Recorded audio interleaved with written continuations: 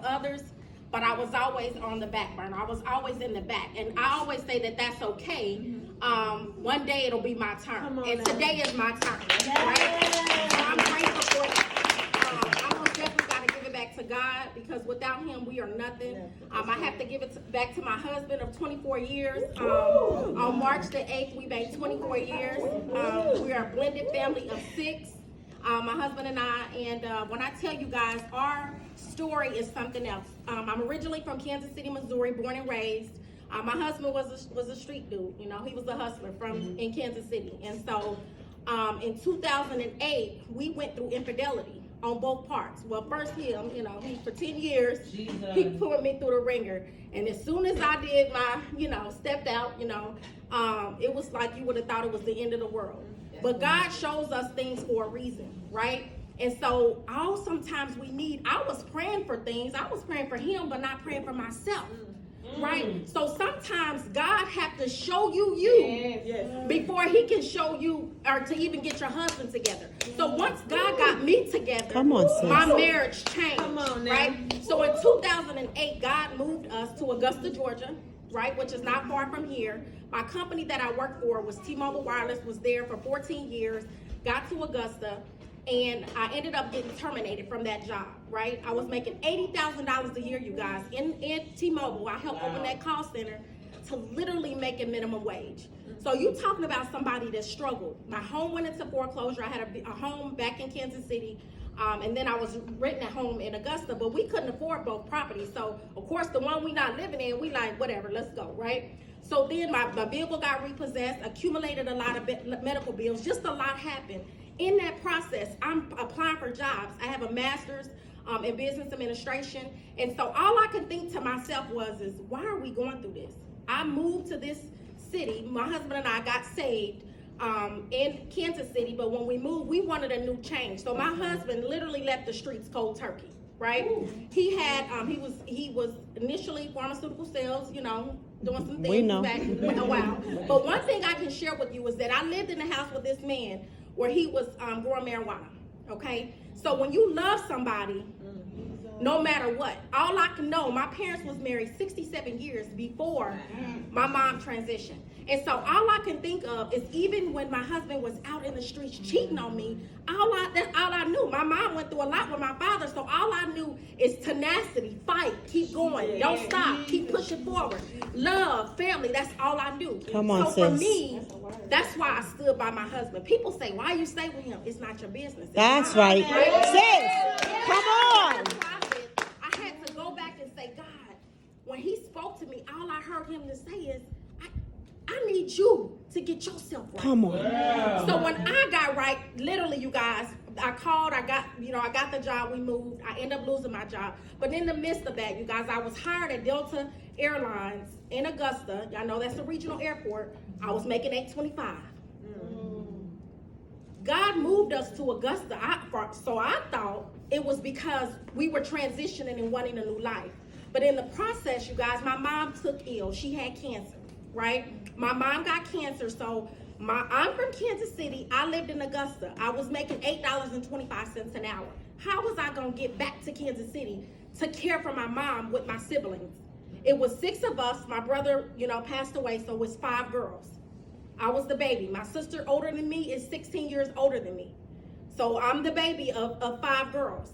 In that process, y'all, God put me at Delta Airlines to be able to afford to fly back to Kansas City for free to care for my mom. Had no clue. My Lord. In that mess where I'm complaining and I'm murmuring and complaining and bickering. My God, sis, come on. I realize that now at this stage in my life.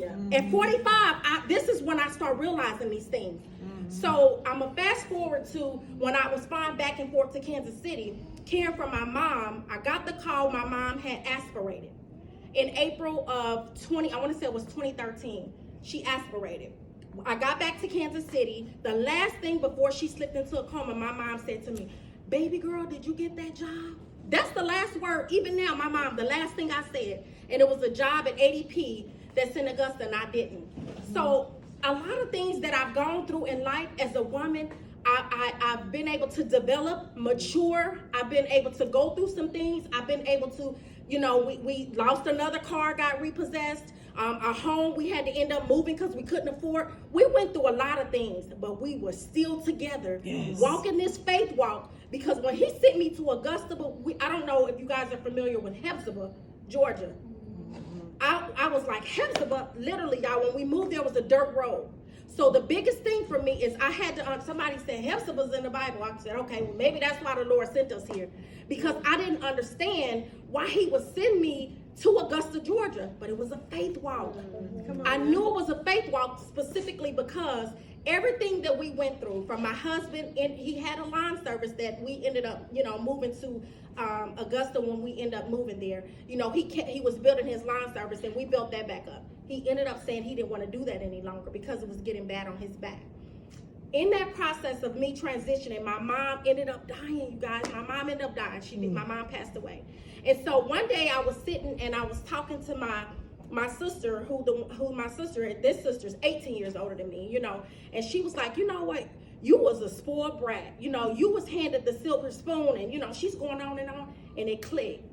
Dawned on me. At 37 years old, I had to be an adult. I have 2 children, 3 kids by my husband. My daughter's 24. I have twins that are 22. And so all I can think of is as an adult now I'm having to pay bills on my own, because if I was struggling, I could call my mama and say, Mama, look, not that she gonna tell my daddy, but my mama was gonna be there for me.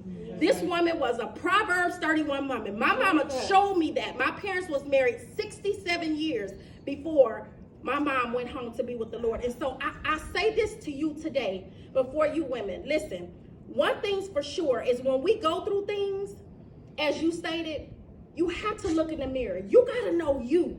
When we go through trials and tribulations in life, you have to know you.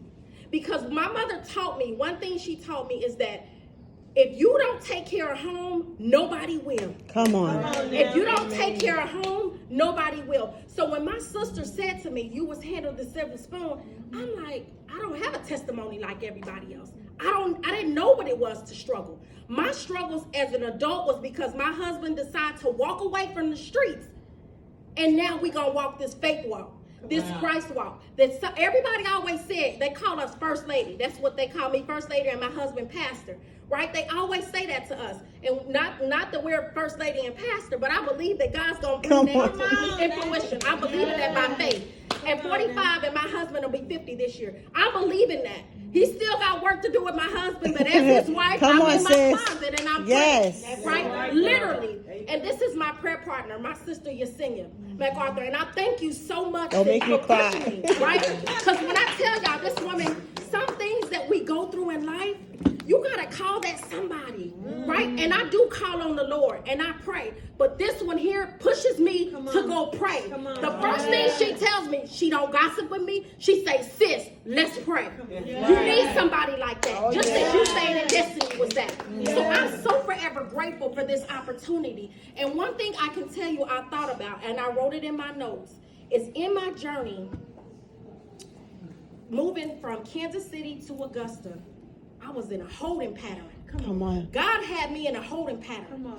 Think about the airport. When those planes are at the airport and you're in a holding pattern, what does that mean? You're up there, you're waiting your turn. Come on now. Listen, I've been waiting my turn. And this is my season. Come on, sis. Your season. Yes.